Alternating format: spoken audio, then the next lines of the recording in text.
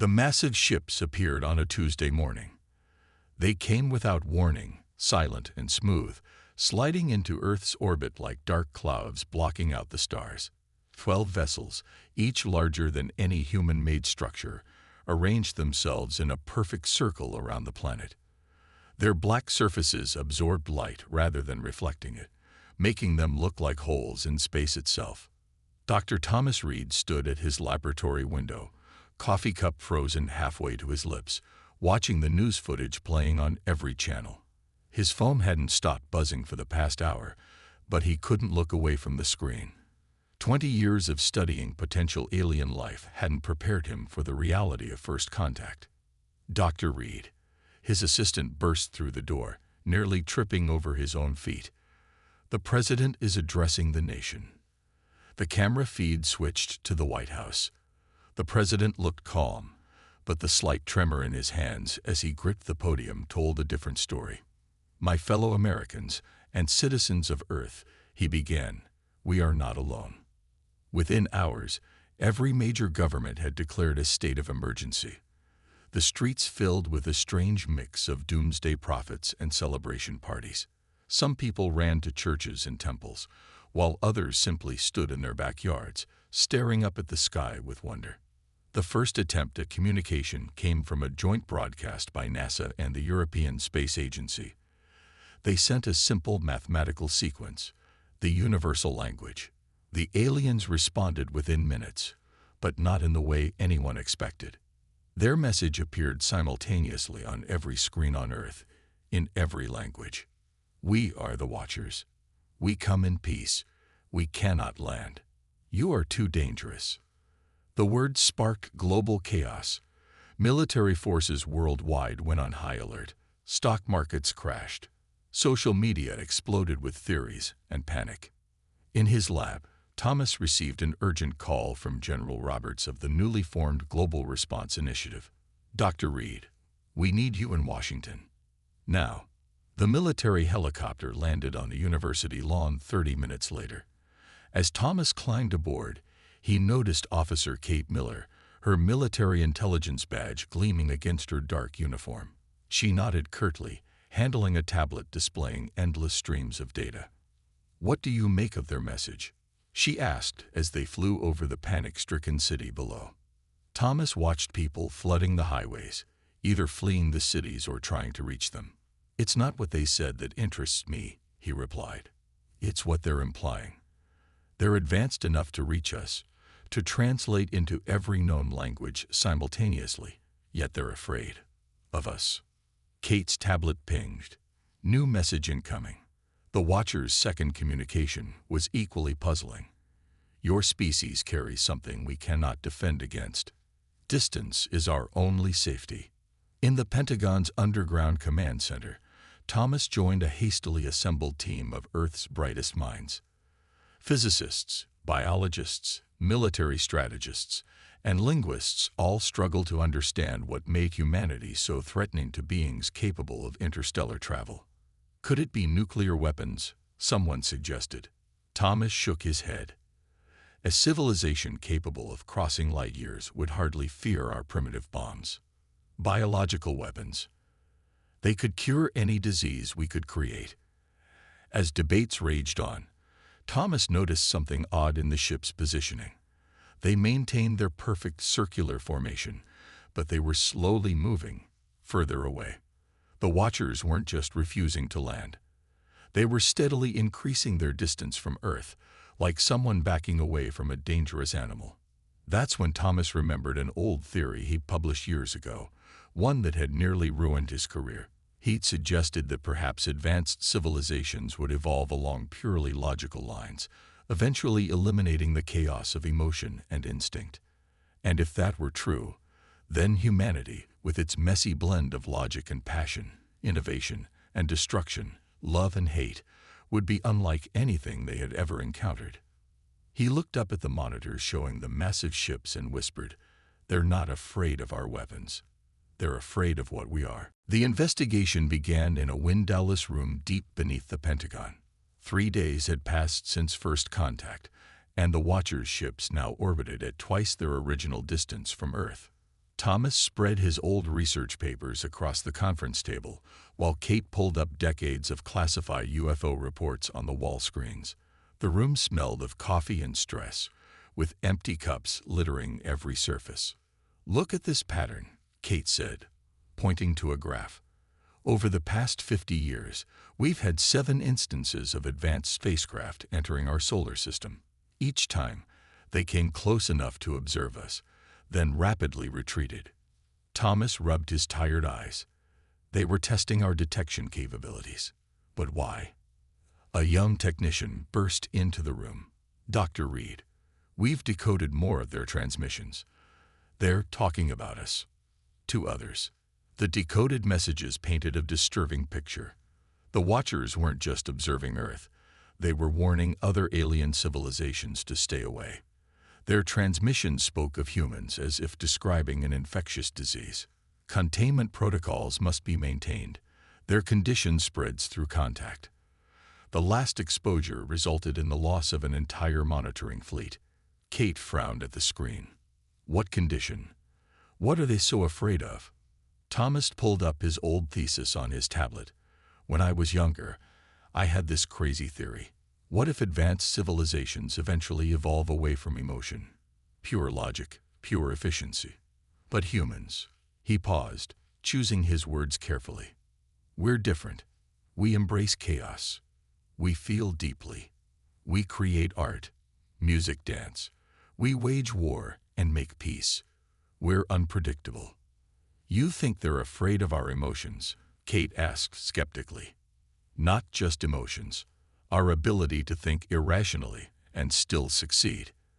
Our capacity to adapt through means they can't predict or understand." The room's main screen suddenly lit up with new data. The watchers had begun broadcasting their historical records, showing their previous encounters with humanity. The footage was stunning.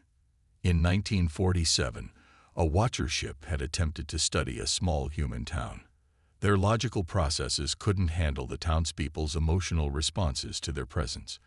The ship's crew became infected with human-like emotional responses, leading to system failures and erratic behavior. In 1982, another observation mission ended in disaster when the alien crew became fascinated by human music. They couldn't process how simple vibrations in the air could create such powerful responses. Their entire neural network crashed trying to understand it. "We're not primitive to them," Thomas said, excitement building in his voice. "We're evolved in a completely different direction. While they pursued pure logic, we maintained our connection to our primal selves while developing technology." Kate studied the data scrolling across her screen. "There's more. They've been tracking human advancement rates. According to their calculations, we're developing technology 5 times faster than any species they've encountered. They can't predict where we'll be in even a few decades." A general stepped into the room, his face grave. "We've got another situation. The Chinese government just launched a communication attempt of their own. They're broadcasting a classical music concert directly at the alien ships." Thomas jumped to his feet. "Stop them, if their systems can't handle." Before he could finish, the nearest watcher ship's outer hull rippled like water. Their perfect formation wavered for the first time. "They're receiving it," Kate whispered, watching the sensor readings. "Their ship's energy patterns are becoming erratic." Thomas watched in fascination as the mighty vessels of the most advanced beings in the universe retreated further from Earth, running from something as simple as human music. "We need to establish contact," he said firmly, "not through math or physics, but through what makes us unique. They need to understand that our chaos, our emotion, our humanity, it's not a weakness. It's our greatest strength." The general nodded slowly. "How do we do that?" Thomas smiled. "We show them why they should be more afraid of ignoring us than of understanding us." The truth arrived in fragments of alien code, each piece more startling than the last. Thomas sat in the command center, watching as Kate decoded another transmission from the watchers. A week had passed since the music incident, and the alien ships had stabilized their orbit, though they remained at a safe distance. "I think you need to see this," Kate said, her voice unusually quiet. She pulled up a holographic display showing what looked like a DNA strand, but it twisted in impossible ways.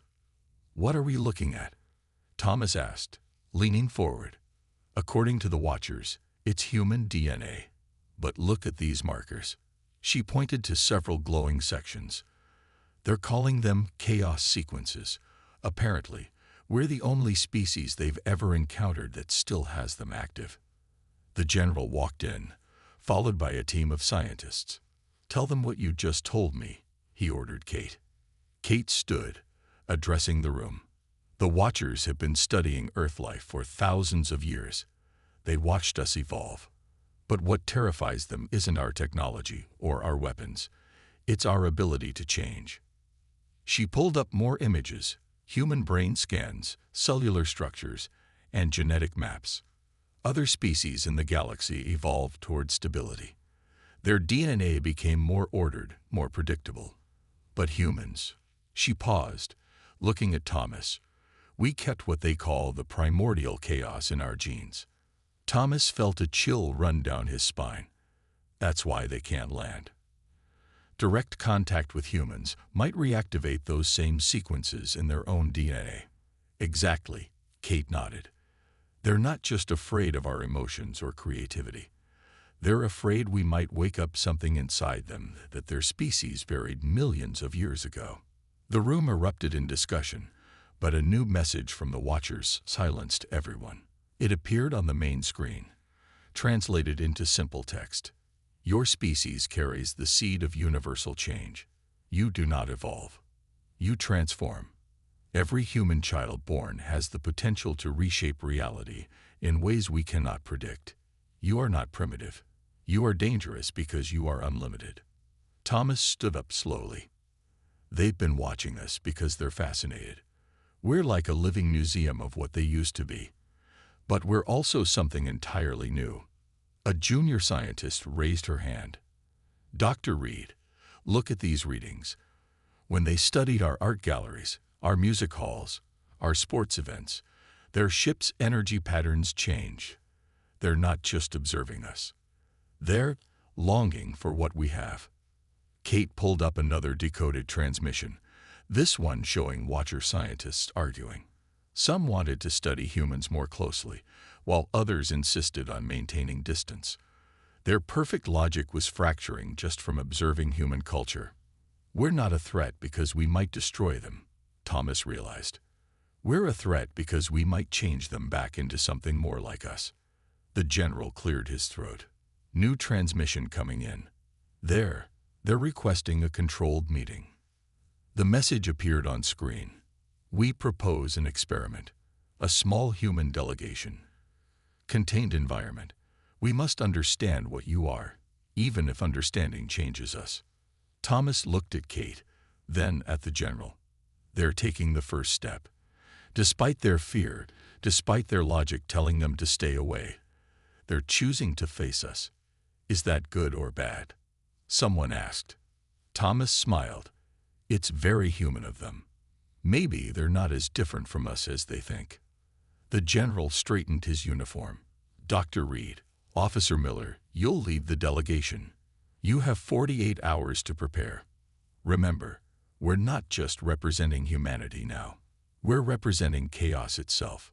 As Thomas looked at the massive ships through the command center's window, he understood at last. Humanity wasn't a cosmic accident or a primitive species waiting to be uplifted. They were the universe's reminder that true advancement didn't mean abandoning your roots. It meant finding a way to grow without losing what made you unique. The Watchers were about to learn that lesson, whether they were ready or not. The shuttle that would take them to the Watchers' ship looked like a drop of liquid metal. It hovered silently above the landing pad, waiting for the human delegation to board. Thomas adjusted his protective suit, trying not to show his nervousness. Beside him, Kate checked her equipment one final time. They were joined by 3 others. Dr. James White, a quantum physicist, Dr. Lisa Brown, an expert in communications, and Michael Green, a cultural specialist. "Remember," the general said, "you're not just visitors. You're the first humans they've allowed this close in their entire history of watching Earth. The inside of the shuttle was a single smooth chamber. As they sat down, the walls seemed to breathe, adjusting to their presence. There was no visible pilot or controls. "Well," Michael whispered, "this is different." The journey took 20 minutes. Through the shuttle's transparent walls, they watched Earth grow smaller while one of the massive Watcher ships loomed ahead. Its surface wasn't solid black, as it had appeared from Earth. It rippled with patterns like oil on water. The shuttle passed through the ship's outer layer, as if it were mist. They emerged into a vast chamber that defied human architecture. The walls curved in impossible ways, and light seemed to come from everywhere and nowhere. Their first sight of the Watchers took their breath away. They were tall, translucent beings that glowed from within. Their forms shifted constantly, like living crystal. When they moved, they left trails of light in the air. 3 of them approached the human delegation. "We welcome you." They spoke in perfect English, their voices coming from everywhere at once. "We have prepared this space to be safe for both species." Thomas noticed something odd about the chamber. "You've created an exact copy of our laboratory from Earth," he said, recognizing familiar equipment mixed with alien technology. "Yes," the Watchers replied. "We wish to observe how you work, how you think, how you feel." Kate stepped forward. "You've been watching us for thousands of years. What more do you need to know?" The Watcher's light patterns shifted to a deeper blue. "Watching is not understanding. We have seen what you do, but we cannot comprehend why you do it. Show us." For the next hour, the humans demonstrated simple tasks: solving puzzles, drawing pictures, playing music on devices they'd brought. The Watchers observed with increasing agitation, their forms flickering rapidly. "You are not following logical patterns," one said. "Each human approaches the same problem differently." "Why?" Lisa smiled. "Because we're individuals. We each have our own way of thinking." "But that is inefficient," another Watcher stated. "Inefficient, yes," Thomas agreed. "But creative, adaptable, human." Suddenly, alarms filled the chamber. Red light pulsed through the walls. The Watchers' forms became erratic. "Ship systems failing," they announced. "Unknown cause. Critical overload in 3 minutes." The humans watched as the Watchers tried to solve the crisis. They moved with perfect coordination, following precise protocols. But the system continued to deteriorate. "Their logic isn't working," Kate said to Thomas. "They can't think outside their protocols." Thomas looked at the failing systems, then at his team. "Then let's show them how humans handle a crisis." Without waiting for permission, the human team sprang into action. James tackled the power systems. Lisa worked on communications. Michael studied the environmental controls, while Kate and Thomas coordinated their efforts. They didn't follow procedures. They didn't calculate odds. They improvised, using alien and Earth technology in ways their creators never intended. The Watchers stopped their own efforts, watching in what seemed like fascination as the humans broke every rule of logical problem-solving, and somehow made it work. With 30 seconds to spare, the crisis ended. The ship's systems stabilized, though not in the way they were originally designed. "How?" the Watchers asked, their forms now pulsing with new patterns. "Your methods were chaotic, undefined, yet effective." Thomas smiled. "Sometimes chaos is the answer. Sometimes you have to break something to fix it better than before." The Watchers' light patterns changed to a color the humans had never seen before. "We are beginning to understand," they said, "and it terrifies us even more." In the hours following the crisis, the Watchers' ship felt different. The walls pulsed with new rhythms, and the light had changed from its perfect uniformity to something more alive. Thomas and Kate sat in what the Watchers called their knowledge chamber, surrounded by holographic displays showing the history of both species. The other team members were scattered throughout the ship, each studying different aspects of the Watchers' civilization. "Look at this," Kate said, pointing to a timeline. Their society hasn't changed in over 10,000 years. No new art, no new music, no new ways of thinking. They just stopped. Perfect logic, Thomas muttered. Perfect stability. Perfect stagnation. A watcher appeared, its crystalline form shimmering with colors they hadn't seen before. We have been observing the changes in our ship's systems since your intervention. Its voice carried a new quality, almost like emotion. They are working better than original specifications. This should not be possible. Why not? Thomas asked. Because it defies our fundamental laws. Your changes were random, intuitive, against all proper procedures. Yet, the Watcher's form rippled. Yet they improved things. More Watchers entered the chamber, their forms showing similar signs of disturbance. One of them projected a new image, a DNA strand spinning in the air. We have detected changes in ourselves, they announced. Exposure to humans has activated dormant sequences. We are experiencing uncertainty, curiosity, fear, but also excitement. Kate stood up slowly. You're feeling emotions again. Yes, the Watcher's light patterns swirled faster. For the first time in millennia, we do not know what will happen next. It is terrifying. It is wonderful. Suddenly, the ship's communication systems lit up. Messages poured in from the other Watcher vessels. Their crews were experiencing similar changes. Some were fighting it, trying to purge the emotional responses. Others were embracing the transformation. Your chaos spreads, the first Watcher said. Already, our ships are dividing into factions. Some want to retreat forever from Earth. Others wish to learn more. We are disagreeing. This has not happened in thousands of years. Thomas watched as the Watchers argued among themselves, their perfect unity fracturing. Their movements became more expressive, their colors more vibrant. They were becoming more human-like by the minute. You're not just advanced beings, Thomas realized. You're trapped beings.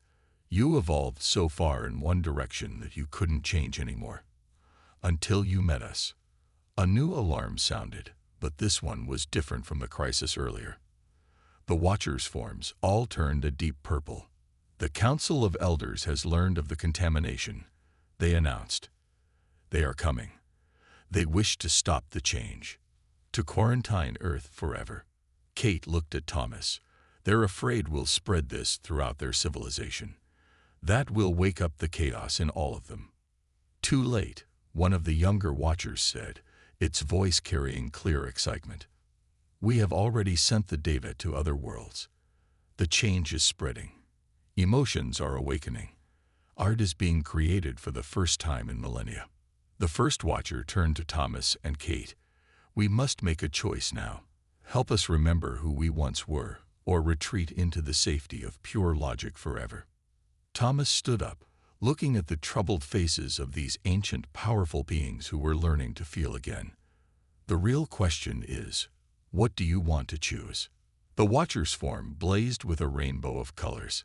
We want to live again, not just exist, even if it means embracing chaos. In that moment, Thomas understood the true revelation. Humanity wasn't a danger to the universe because they were primitive. They were dangerous because they had achieved what no other species had, growing more advanced while keeping their spark of life, their ability to change, to feel, to create. And now that spark was spreading among the stars. The Council of Elders arrived in ships that made the Watchers' vessels look small. They appeared as massive golden rings, each one large enough to encircle a small moon. Their presence cast strange shadows on Earth that made millions look up in wonder. Inside the Watcher ship, chaos erupted. The transformed Watchers, those who had begun to feel emotions, rushed to hide their changes. Their crystalline forms tried to maintain rigid patterns, but flickers of color betrayed their newfound feelings. The Council ships are demanding we turn over the humans, one Watcher announced, its form rippling with fear, an emotion it had never known before today. Thomas and his team gathered in the central chamber. Through the ship's walls, they could see Earth below and the golden rings above. Kate checked her tablet, which was receiving data from home. "Every military on Earth is on high alert," she said. "They're ready to defend us if needed." Thomas shook his head. "Our weapons would be useless against them. We need another way." The chamber doors opened, and 3 council members entered. Unlike the shifting crystal forms of the Watchers, the elders appeared as perfect geometric shapes, pyramids of pure golden light. They moved without any trace of emotion or uncertainty. "This experiment is terminated," they announced in voices that held no trace of feeling.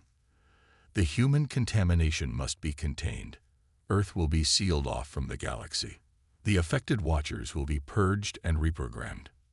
The younger Watchers drew back in fear, but Thomas stepped forward. "Before you make that decision, let me show you something." The council members turned their perfect geometric forms toward him. "Your species has no authority here." "Maybe not," Thomas agreed, "but we have something you lost long ago, something you're afraid to remember." He nodded to Lisa, who took out a small device they had brought from Earth.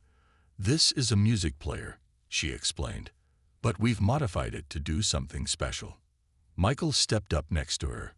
"We've been studying your technology, your history. You didn't just evolve away from emotions. You locked them away. The patterns are still there in your core programming, just waiting to be awakened." Before the council could respond, Lisa activated the device. It began playing not just music, but a complex pattern of sounds and light that the human team had designed based on their study of Watcher technology. The pattern rippled through the ship's walls, resonating with the crystalline forms of both Watchers and council members. The council members tried to maintain their perfect shapes, but the sound reached deep into their ancient programming.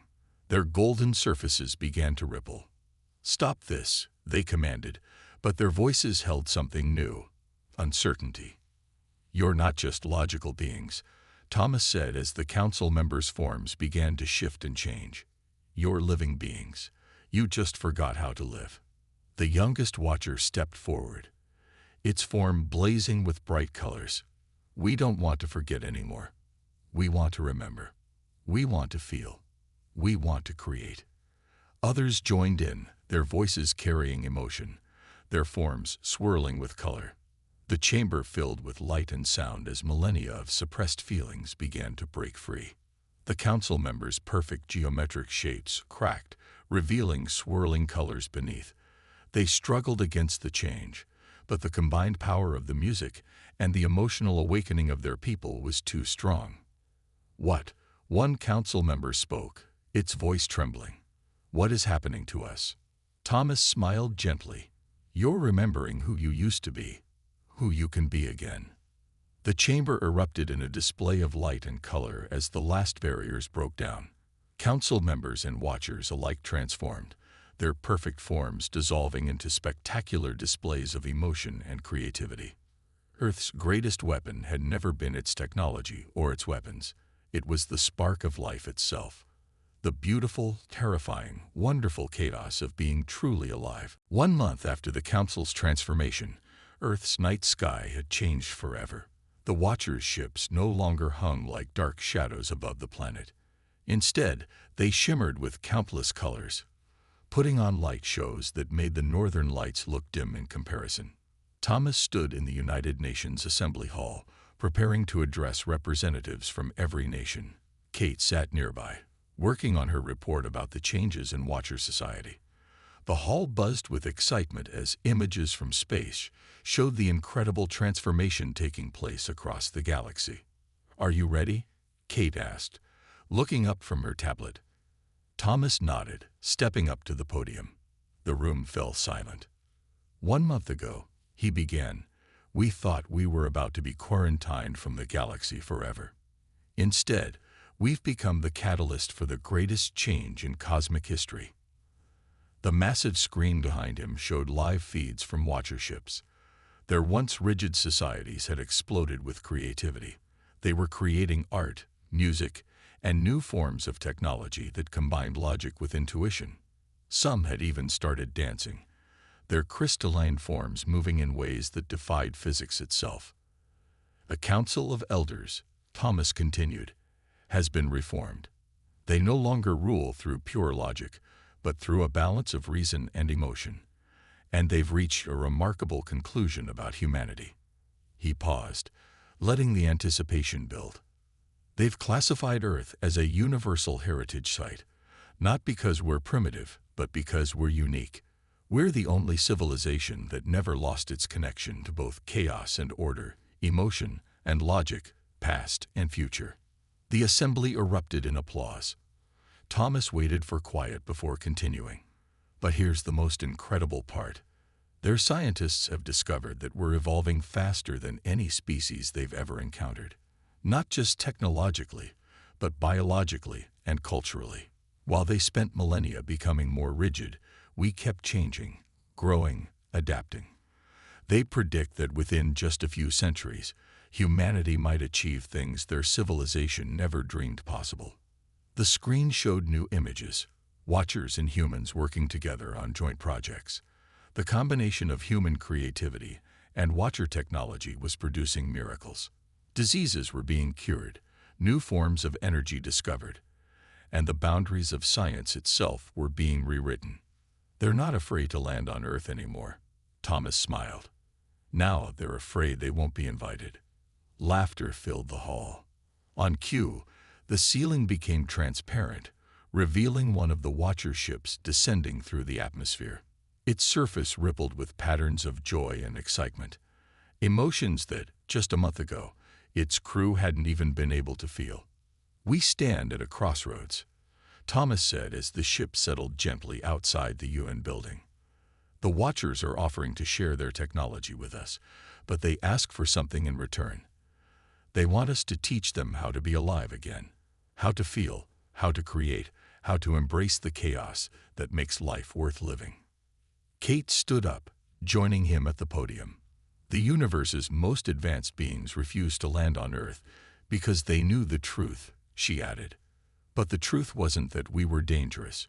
It was that we were necessary. We kept alive something precious that the rest of the galaxy had forgotten. Through the transparent ceiling, they could see more ships descending, each one a symphony of color and movement. The Watchers were coming not as superior beings bringing advancement to a primitive world, but as students hoping to learn the art of being truly alive. Thomas looked out at the assembly, at the ships above, and at the future unfolding before them. "They thought they were watching us all these years," he concluded, "but really, they were waiting for us. Waiting for the day when humanity could remind the universe how to dream again." The chamber filled with light as the first Watcher delegation entered, not as perfect, logical beings, but as creatures of wonder, ready to learn from the species that had never forgotten how to feel alive.